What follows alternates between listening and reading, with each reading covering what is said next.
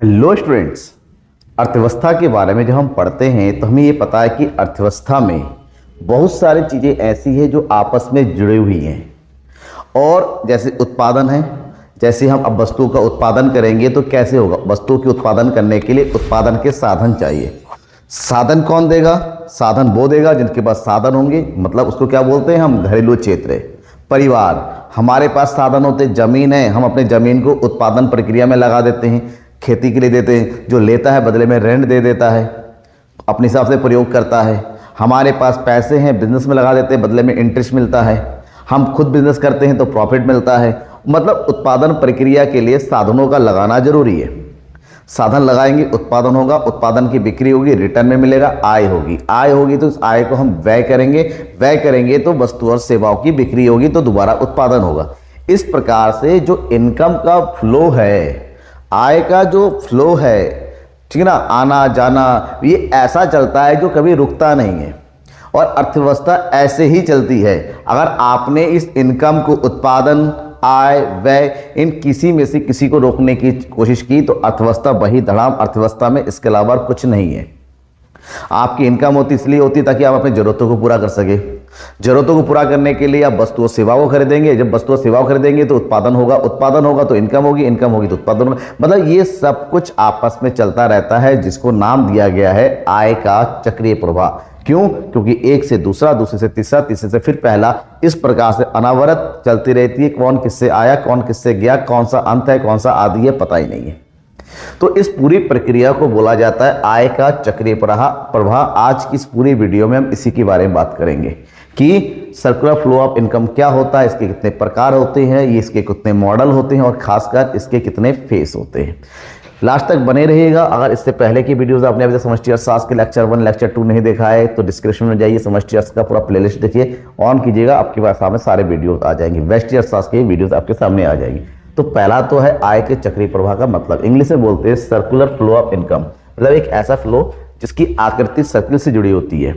Circle मतलब जानती हो, ये एक सर्किल होता है। सर्किल देखिए यहाँ पर, सर्किल का मतलब होता है इसकी ना कोई कोना होता है, ना कोई भुजा होती है। ये जहाँ से शुरू होता है वहाँ खत्म हो जाता है, पता नहीं चलता है एंड कहाँ है और ओपन कहाँ है। इस प्रकार से उत्पादन, आय तथा व्यय का जो निरंतर प्रवाह होता है, देखिए यहाँ पर प्रवाह ग्रंथ लिखा हुआ है, यहाँ पर होगा प्रवाह, जो निरंतर प्रवाह होता है उसे आय का चक्रीय प्रवाह कहा जाता है। उत्पादन से आय, आय से व्यय, ठीक है, इस प्रकार से व्यय से पुनः उत्पादन, इस प्रकार से एक चक्र सा चलता है जिसे हम आय के चक्रीय प्रवाह के नाम से जानते हैं। इस प्रवाह का कोई भी आरंभ नहीं होता है, ठीक है, इस प्रवाह का कोई भी आरंभ नहीं होता है, कहाँ से शुरू हुआ, ना कोई अंत होता है। और उत्पादन की प्रक्रिया में हम सबको पता है कि उत्पादन की प्रक्रिया में जो भी वस्तुएं हैं, जो भी सेवाओं का उत्पादन होता है, इसलिए होता है क्योंकि साधनों का प्रयोग करते हैं। तो आपने साधनों का प्रयोग किया तो आपको जिसने साधन दिया, आप बदले में उसको रिटर्न देंगे। तो आप उत्पादन प्रक्रिया को करने के लिए साधन का प्रयोग करें और साधनों से सामने वालों को आय की प्राप्ति हो रही है। वो बंदा जिसको आय की प्राप्ति हो रही है वो अपनी वस्तुओं, अपनी जरूरतों को पूरा करने के लिए खर्च करता है वस्तु और सेवाओं पर। वस्तु सेवाओं का खर्च करने का मतलब होता है उत्पादन प्रक्रिया में वस्तु पुनः उत्पादन होगी। इस प्रकार से किसी भी प्रक्रिया में उत्पादन से आय का जन्म होता है। देखिए ये उत्पादन है, ये होता हमारा फेस नंबर 1, इसको बोलते हैं जनरेशन ऑफ इनकम। यहां पर इनकम का जन्म हो रहा है। किसका जन्म हो रहा है? इनकम का। उत्पादन मतलब वस्तु और सेवा का उत्पादन कर रहे हैं, ऐसे में इनकम यहां पर उत्पादित हुआ और उत्पादन से आय होता है। क्यों? क्योंकि आपके पास जो इनकम आई उस इनकम का आप डिस्ट्रीब्यूट कर देंगे किसको, जिससे आपने साधन लिया था। तो यहां पर बोलते हैं distribution of income. Distribution income, उनकी आय का क्या करते हैं, यहां पर वितरण करते हैं। जिनसे साधन लिया उस साधनों को आय बांटते हैं। जिनके पास आय जाता है उस आय को व्यय करते हैं, इसको बोलते हैं व्यय प्रक्रिया, जिसको बोलते हैं डिस्पोजिशन। डिस्पोजिशन ऑफ इनकम मतलब हम अब आय को व्यय कर देंगे किस पर, अपनी जरूरतों को पूरा करने के लिए। अब व्यय करेंगे किस पर, वस्तु और सेवाओं पर। वस्तु और सेवाओं का पुनः उत्पादन होगा। इस प्रकार से ये चक्र देखिए एक गोलाकार चक्र बन जाता है। इसी चक्र के कारण इसको आय का चक्रीय प्रवाह नाम दिया गया है। जो ना अंत है ना आदि है, कहाँ से शुरू है, किससे कौन है, कौन मेन कड़ी है, कौन दूसरी कड़ी है, पता नहीं चलता है। अगर आपकी इनकम बंद होगी तो व्यय बंद होगा, व्यय बंद होगा तो उत्पादन का क्या फायदा, उत्पादन नहीं होगा तो आय नहीं होगा, मतलब सब ठप। तो इस प्रकार से ये चक्र चलता रहता है और अर्थव्यवस्था ऐसे ही आगे बढ़ती है। अगर हम बात करते हैं इसकी परिभाषा के, कई सारे लोगों ने इसके बारे में अपने अपने हिसाब से परिभाषित किया है, जिसमें नॉर्मली कहा जाता है आय के चक्रीय प्रवाह से अभिप्राय अर्थव्यवस्था के विभिन्न क्षेत्रों में मौद्रिक प्रवाह और वस्तु और सेवाओं के प्रवाह को चक्रीय प्रवाह, मतलब यहाँ पर मुद्रा और वस्तुओं सेवाओं का आपस में प्रवाह चलता है, एक से दूसरा, दूसरा तीसरा, जिसको आय के चक्रीय प्रवाह के नाम से जानते हैं। जबकि प्रोफेसर रिचर्ड लिप्से ने कहा है कि आय का चक्रीय प्रवाह घरेलू फर्मों एवं घरेलू परिवारों के बीच में भुगतानों और प्राप्तियों का जो प्रभाव होता है, घरेलू फर्म मतलब परिवार से फर्म्स को और फर्म से परिवारों के, तो इन दोनों के बीच में जो फ्लो चलता है, एक से लेना है दूसरे को देना है, दूसरे से लेना है एक को देना है, तो इस प्रकार से आपस में ही इंटरचेंज चलता रहता है। इसी प्रक्रिया को चक्रीय प्रवाह के नाम से जाना जाता है। अब जब चक्रीय प्रवाह की बात करते हैं कि वस्तु और सेवाओं का प्रवाह होता है, मुद्राओं का प्रवाह होता है, इसमें इस प्रवाह को दो प्रकार में बांटा गया है। अगर आपसे पूछा जाए चक्रीय प्रवाह के कितने प्रकार होते हैं, नॉर्मली पता होना चाहिए चक्रीय प्रवाह के दो प्रवाह होते हैं, एक होता है वास्तविक प्रवाह और एक होता है मौद्रिक। वास्तविक प्रवाह को इंग्लिश में बुलाया जाता है रियल फ्लो, ठीक है, और मौद्रिक प्रवाह को बुलाया जाता है इंग्लिश में मनी फ्लो। अब एक एक करके इनके बारे में जानते हैं। सबसे पहला है वास्तविक प्रवाह। वास्तविक प्रवाह का मतलब है वास्तव में जो हमारे सामने अवेलेबल है, यानी कि वस्तुओं और सेवाओं का साधन जो कि पदार्थ के रूप में होता है। साधन जाता है फर्मों को, कहाँ से, परिवार से फर्म को साधन जाता है और उसका प्रयोग करके फर्म वस्तु और सेवा का उत्पादन करते हैं और उसको दे देते हैं परिवारों में। यानी कि फर्म और परिवार के बीच में प्रत्यक्ष वस्तु और सेवाओं का जो आदान प्रदान होता है, जो लेन देन होता है, उसको हम वास्तविक प्रवाह के नाम से जानते हैं। ठीक है, ये वास्तविक प्रवाह है। जैसे ये परिवार है, कौन है, हाउस होल्ड यानी कि परिवार। ये है फर्म, फर्म को वस्तु और सेवा का उत्पादन करना है लेकिन चाहिए साधन, तो परिवार वाले इनको साधन देते हैं, यानी कि फैक्टर। जैसे साधन मतलब उत्पादन के लिए जमीन चाहिए, उत्पादन के लिए श्रम चाहिए, उत्पादन के लिए पूंजी चाहिए, उत्पादन के लिए उद्यमी चाहिए। ये चारों उत्पादन के सबसे महत्वपूर्ण साधन है जो कि परिवारों के द्वारा फर्म को दिया जाता है, क्योंकि ये सारे परिवारों के पास होते हैं, परिवार ही इसके ओनर होते हैं। इनका प्रयोग फर्मों ने किया और फर्म इसके बदले में वस्तु और सेवाओं का उत्पादन करेगी, गुड्स और सर्विस, और इस वस्तु और सेवाओं को हाउस होल्ड को बेच देती हैं। तो यहाँ से साधन आया, साधन के बदले में वस्तु और सेवाएं गई, दोनों ही पदार्थ के रूप में हैं, दोनों का भौतिक अस्तित्व है, इसलिए इसको भौतिक प्रवाह के नाम से भी जाना जाता है। इसी कहते हैं वास्तविक प्रवाह या रियल फ्लो। जबकि जो दूसरा है वहाँ पर है मौद्रिक प्रवाह, यानी कि यहाँ पर मुद्रा का प्रभाव होता है। आपने साधन दिए, बदले में आपने वस्तु और सेवा, क्या ये फ्री में होता है? उसने आपसे साधन लिया तो बदले में साधन का भुगतान करेगा, पेमेंट करेगा। जैसे भूमि के बदले में किराया मिलेगा, पूंजी के बदले में ब्याज मिलेगा, श्रम के बदले में वेतन या मजदूरी मिलेगी, मतलब रिटर्न में आपको मुद्रा के रूप में कुछ मिलेगा। वैसे ही जैसे आप वस्तु और सेवाओं का प्रयोग करते हैं तो बदले में मुद्रा के रूप में उनको भुगतान करते हैं। तो इस प्रकार से परिवारों और फर्मों के बीच में मुद्रा का जो लेन देन होता है मौद्रिक रूप से, उसको मौद्रिक प्रवाह या मनी फ्लो के नाम से जानते हैं। तो जैसे परिवार वालों ने वस्तु और सेवा का प्रयोग किया तो बदले में कंजप्शन एक्सपेंडिचर किया। कंजप्शन मतलब अपनी ज़रूरतों को पूरा करने के लिए वस्तु और सेवाओं के ऊपर जो खर्च किया जाता है ना, उसको कंजप्शन एक्सपेंडिचर कहते हैं। तो इनको पेमेंट कर दिया in the form of rupees. वहीं पर फर्मों ने फैक्टर का प्रयोग किया था, साधनों का प्रयोग किया था, साधनों के बदले में इनको दे दिया क्या, जैसे रेंट दिया यानी कि भूमि के बदले में किराया,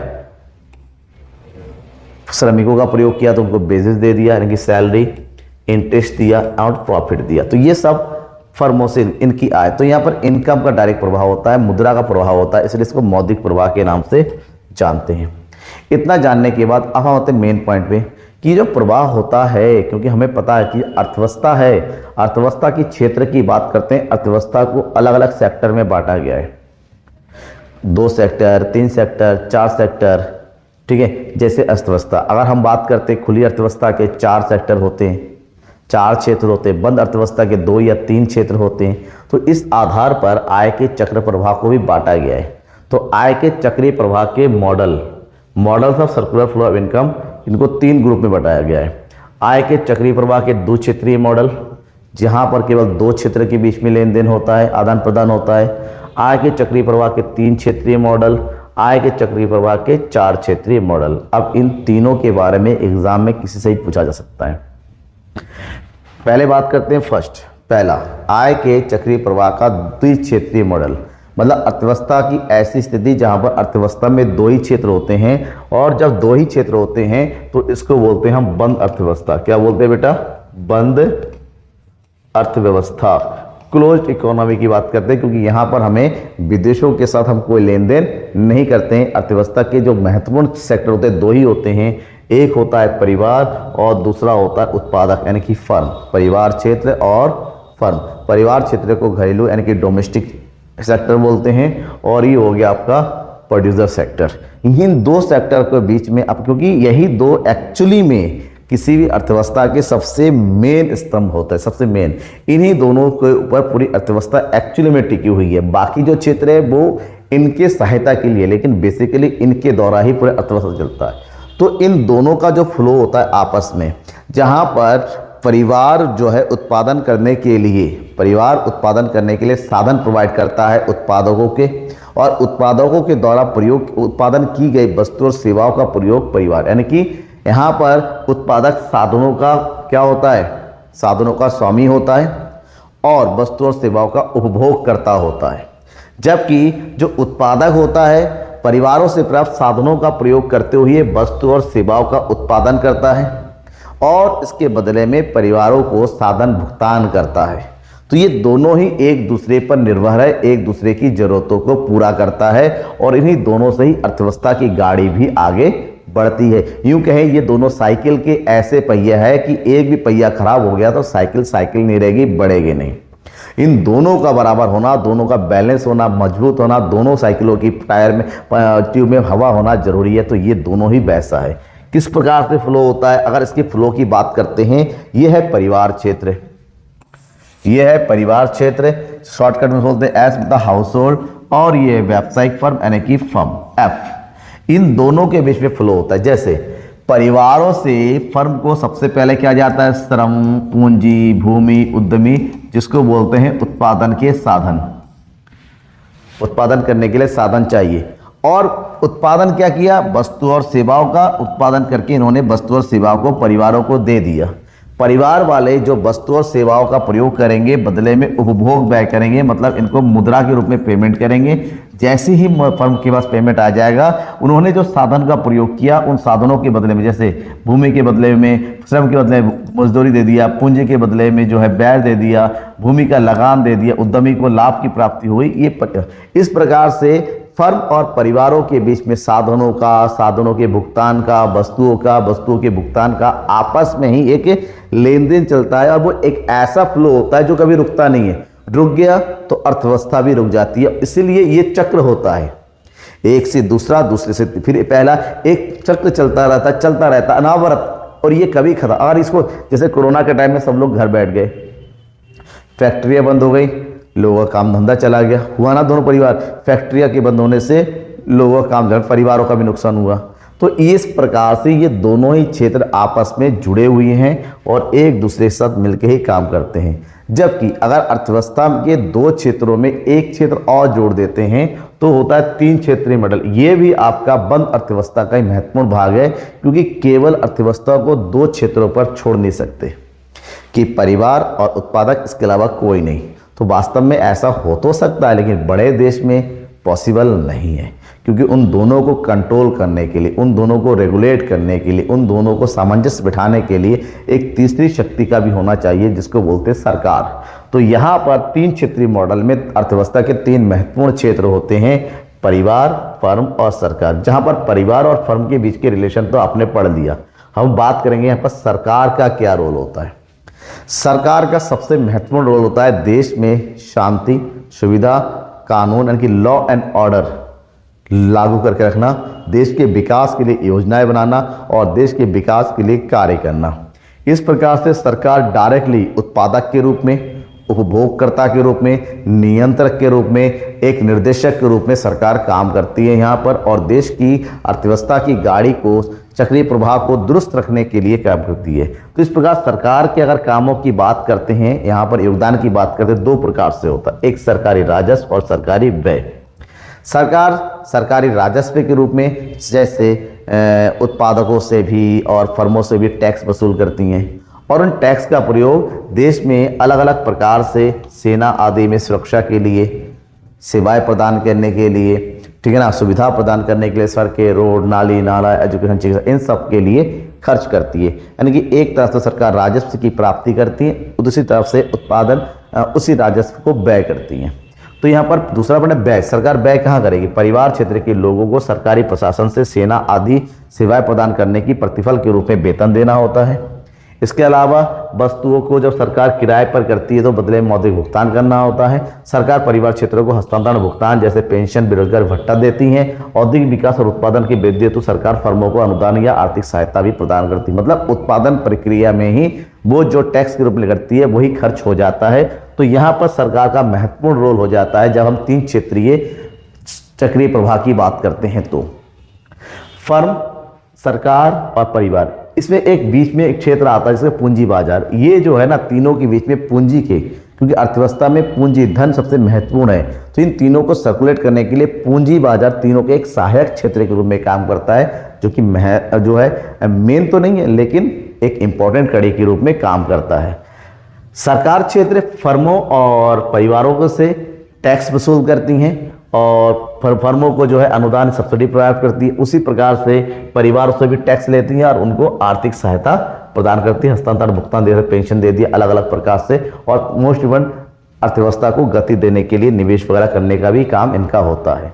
उसके बाद होता है अर्थव्यवस्था के 4 जो 4 क्षेत्रीय मॉडल होता है वो वास्तव में खुली अर्थव्यवस्था को बताता है, क्योंकि यहाँ पर जब परिवार, फर्म और सरकार की बात करते हैं तो देश के आंतरिक हिस्से की बात करते हैं, लेकिन जब 4 क्षेत्रीय मॉडल की बात करते हैं तो हम देश के बाहर विदेशी अर्थव्यवस्था के साथ भी जुड़ जाते हैं।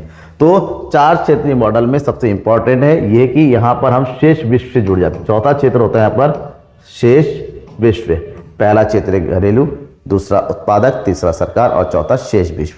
शेष विश्व के साथ हमारी जो क्रियाएं होती हैं वो होती हैं आयात और निर्यात की। हम सबको पता है आज के समय में कोई देश अपने बलबूते पर विकास की गाड़ी आगे नहीं बढ़ा सकती, दूसरे देश के ऊपर निर्भर होना ही पड़ेगा, चाहे टेक्नोलॉजी चाहिए या फिर हथियार चाहिए, पूंजी चाहिए, विदेशी विनिमय रिजर्व चाहिए, तो आपको विदेशों के साथ मिलके कंधे से कंधा मिला के ही आगे बढ़ना होता, तब आप जो है कुछ आगे कर सकते हैं। तो यहाँ पर 4 क्षेत्रीय मॉडल में 4 महत्वपूर्ण क्षेत्र आ जाते हैं, जिसमें पहला होता है आपका घरेलू क्षेत्र, दूसरा होता है उत्पादन क्षेत्र, तीसरा है सरकारी क्षेत्र और चौथा है शेष विश्व। ये चारों आपस में, क्योंकि आपने घरेलू, सरकार और उत्पादन के बीच का समझा, और यहाँ पर जो शेष विश्व होता है इसके साथ डायरेक्टली किसका, घरेलू क्षेत्र का और उत्पादक क्षेत्र का रिलेशन होता है। दोनों के साथ इनका एक्सपोर्ट और इंपोर्ट होता है और इसके बीच में इसको गति देने का काम है किसका, पूंजी बाजार, और सबके ऊपर दिशा निर्देश और नियंत्रण करने का काम होता है सरकार, जिससे टैक्स वगैरह कलेक्ट करके उनके लिए सुविधा उत्पन्न करती है। बाकी पूरा चार्ट में आपको दिखाया गया है कि किस प्रकार से आपस में आय का फ्लो करते हैं। नेक्स्ट पॉइंट है चक्रीय प्रवाह, चक्रीय आय प्रभावों का महत्व। ये जो प्रवाह है इनका क्या महत्व है? राष्ट्रीय आय के अनुमान के लिए पैसा कहाँ से आया, कितना आया, महत्वपूर्ण है। अर्थव्यवस्था की कार्य प्रणाली किस प्रकार से चलती है, कौन कहाँ कितना योगदान दे रहा है, कहाँ पर किस चीज़ की कमी हो रही है, बस पता चल जाता है। मौद्रिक नीति को बनाने में सहायता प्राप्त होती है, राजकोषीय नीति बनाने में बहुत ज़्यादा सहायता मिलती है, क्योंकि चक्रीय प्रवाह की आय के माध्यम से ही सब कुछ पता चलता है। इसके अलावा अगर असंतुलन की समस्या आती है, जैसे बेरोजगारी बढ़ रही है, जैसे मुद्रास्फीति बढ़ रही है, महंगाई, जैसे मंदी की स्थिति आती है, वो क्यों आ रही है, कैसे आ रही है, किस लेवल पे आ रही है, ये सब इस फ्लो से पता चलता है। आय और रोजगार के सिद्धांत के प्रतिपादन में ही महत्वपूर्ण है। अंतर्राष्ट्रीय व्यापार, उत्पादन, आय, व्यापार, मतलब हर तरीके से आय के चक्रीय प्रवाह पे जो है जितने भी समष्टिक समस्याएं हैं उन सबको सॉल्व करने के लिए, उन सबको जानकारी प्राप्त करने के लिए बहुत ही ज़्यादा महत्वपूर्ण है। तो ये रहा आय का चक्रीय प्रवाह का पूरा कॉन्सेप्ट। कहीं पर भी कोई दिक्कत लगता है, कोई पॉइंट समझ में नहीं आए डायग्राम में, एक्सप्लेनेशन में, नोट्स में, तो ज़रूर बताइएगा कमेंट बॉक्स में कमेंट करके, ठीक है। ज़्यादा से ज़्यादा दोस्तों को जोड़ने की कोशिश कीजिए, सब्सक्राइब कीजिए, क्योंकि लगातार आपको इसी तरह से वीडियोस प्रोवाइड करते किया जा रहा है। इसके बाद आपको इंपॉर्टेंट सैम्पल पेपर सब कुछ मिलेगा पॉइंट टू पॉइंट। तब तक के लिए बाय एंड थैंक यू।